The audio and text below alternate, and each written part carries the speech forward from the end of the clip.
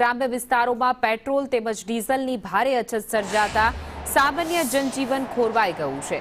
કમોસમી વરસાદની આફત બાદ હવે વૈશ્વિક યુદ્ધની અસરોને કારણે ઈંધણની તીવ્ર અછત ઊભી થતા વહેલી સવારથી જ ખેડૂતો પંપ પર વાહનોની લાંબી કતારો જોવા મળી રહી છે। આ કટોકટી વચ્ચે સૌથી વધુ કપરી સ્થિતિ ખેડૂતોની થઈ છે, જેમને ખેતી કામ પડતું મૂકીને ધોમધકતા તડકામાં ડીઝલ માટે કલાકો સુધી લાઈનોમાં ઊભા રહેવું પડે છે।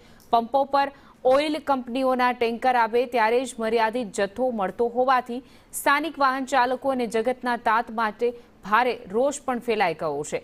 મોંઘવારી અને અછતના ડબલ માર વચ્ચે મુકાયેલી ઉપલેટાની જનતા ત્યારે તંત્ર પાસે આ સમસ્યાના ઝડપી ઉકેલની માંગ કરી રહી છે।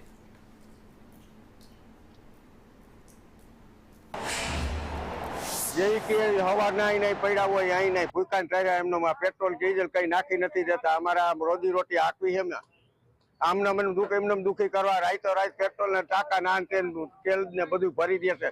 વાહન લઈને આવી તો અમને હવાને એમને ઉભા થઈ અમે એને આમું તો જોવું જોઈએ કે ના એને અત્યારે ભાવ વધારો થયો છે। ભાવ વધારો 2-3 ફેરે કરી નાખ્યો। ભાવ વધારો ભર્યો પણ અમારા અમુક ના વાહન માથે રોજી રોટી હોય તો કરવું શું અમારે? અઠવાડિયેથી એક ધરાઈ રંચી આમ નામ ડીઝલ ની લાઈનમાં રહી રાતે 2 વ્યા થઈ 5 વાગ્યે મળે 4 વાગ્યે। શું તમારી માંગણી છે? અમારી માંગણી આ ડીઝલ આપે તો અમારે હાલ્યા કરે ધંધો અમારો। આ ધંધો બંધ છે બધું। અને છેલ્લા અઠવાડિયામાં ભાવ વધારો પણ આવી ગયો છે। કેવી વાહન વ્યવહારમાં કેવી તકલીફ પડે છે? એટલે વાંચવામાં તો બહુ એની વાત મૂકી દેવાની એકદમ તકલીફ પડે છે। પેટ્રોલ ડીઝલ કેટલું પડે છે તમને અત્યારે જોતા પૂરતું મળતું નથી, એમ કે વપરાશ પૂરતું જ મળે છે, જાજુ મળતું પણ નથી। આ તડકાના હેરાન થવું પડે છે એનું કારણ શું છે?